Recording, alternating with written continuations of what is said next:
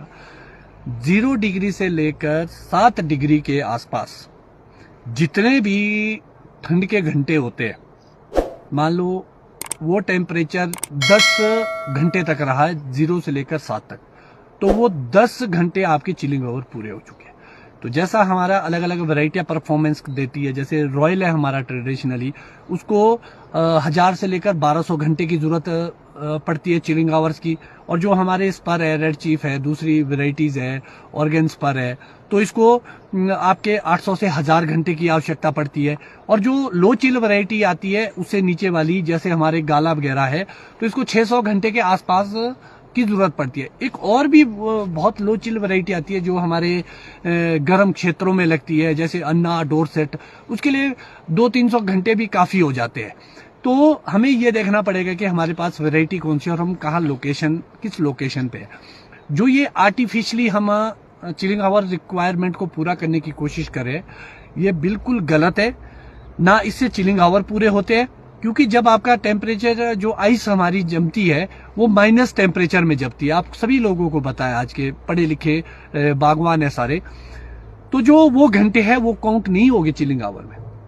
और उल्टा उसके साइड इफेक्ट्स क्या होंगे, जब वो शांत जमेगा, जो हमारा बड है वो भी ब्रेक करेगा, जो इसके अंदर टिश्यूज है वो भी ब्रेक हो गए। और जो अगर आप नीचे आइस जमाएंगे जड़ों में, तो उससे जड़ें भी टूटेगी, जो आपकी बारीक जड़ें। तो ये बिल्कुल भी फायदेमंद नहीं है। इस तरीके से आप बिल्कुल भी अपने चिलिंग आवर्स पूरे ना करें। हाँ, ये जरूर है कि हमें चिलिंग आवर के लिए अगर आज टेक्नोलॉजी है, पीजीआर अवेलेबल है, आपने डोरमैक्स नाम सुना होगा, बहुत सारे कैल्शियम साइनामाइड होता है उसमें, तो उसका इस्तेमाल आप जरूर कर सकते हैं।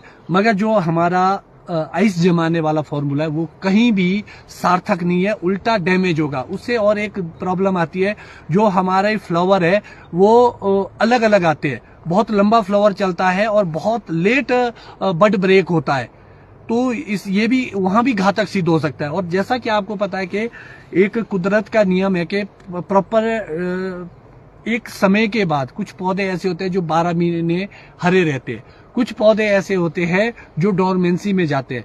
जो हमारा आजकल का समय आप देखेंगे, कोई भी पत्ता अवेलेबल नहीं है बगीचों में, तो इसका मतलब क्लियर है कि हमारा बगीचा डोरमेंसी में चला गया। और पौधे को डोरमेंसी में जाना बहुत ही जरूरी है। अगर हम सेब, नाशपाती, प्लम इनकी बात करें, तो जब वो प्रॉपर डोरमेंसी में जाएगा उसके बाद वो बहुत अच्छे तरीके से ग्रो करेगा दोबारा से। तो जब प्लांट डोरमेंसी में है उसको इतने पानी की आवश्यकता नहीं है, क्योंकि जो भोजन जब तक पानी के साथ नहीं मिलेगा न्यूट्रिशन, पौधा उसको ग्रहण नहीं करेगा। मगर अभी तो ये ले ही नहीं रहा है, तो ये तो सुप्त अवस्था में गया हुआ है पौधा। तो जड़ें भी सुप्त अवस्था में है, पौधा भी सुप्त अवस्था में है। आपने बहुत सारे इंसेक्ट पेस्ट देखे होंगे, जो कीड़े मकोड़े, वो भी डोरमेंसी में जाते हैं और आगे वो ग्रो करते हैं फिर। तो जो डोरमेंसी है उसको कुदरत का एक नियम है और इसको हम ब्रेक ना करें। तो आजकल इसको कोई ऐसी आवश्यकता नहीं है। हाँ, जरूर ये है कि भाई आपको मॉइस्चर मेंटेन करना पड़ता है। तो अगर आपको मॉइस्चर मेंटेन करना पड़ता है तो फ्लड इरिगेशन ना करें और बहुत ज्यादा ओवर वाटरिंग की ओर ना जाए किसी भी तरीके, चाहे आप स्प्रिंकलर चला रहे, चाहे आप ड्रिप दे रहे, चाहे पाइप से जैसे भी मर्जी दे रहे। मॉइस्चर मीटर का इस्तेमाल आप कर सकते हैं, जिससे आप चेक कर सकते हैं कि हमारा मॉइस्चर क्या है। वैसे आपको ये देखना पड़ेगा कि लगभग 5-6 इंच तक आप जब हटाएंगे मिट्टी को, अगर प्रॉपर सूख गया है नीचे तक भूमि को, तब आप ऊपर से हल्की वाटरिंग करेंगे, बहुत ज्यादा पानी नहीं डालेंगे, उस मॉइस्चर को मेंटेन करने की कोशिश करेंगे ऊपर से। और अगर आप ज्यादा पानी देने की कोशिश करेंगे तो जो आपके रूट रॉट, कॉलर रॉट की फंगस है, चाहे आपके फाइटोपथेरा है, चाहे आपका डिमेटोफोरा है, वो सारा पनपने शुरू हो जाएगा। आपने देखा भी होगा, आपके आसपास भी आपने देखा होगा, बहुत सारे लोगों के बगीचे सूख जाते हैं एक का एक, जो बहुत अच्छी मेहनत करते हैं, जो प्रॉपर पानी देते हैं। तो आपने देखा होगा, सोचा होगा कभी कभी ऐसा क्यों होता है। ऐसा इसलिए होता है कि वो गलत समय पर ओवर वाटरिंग पे जा रहे हैं और रूट रॉट और कॉलर रॉट फंगस पूरी तरीके से फैल चुकी है आपकी जमीन में, जो कि खराब कर रही है आपकी सॉइल को। और ये जो मेरी बातें हैं, ये इसको आप प्रैक्टिकली तो देखेंगे ये पूरी तरह साइंटिफिक भी है।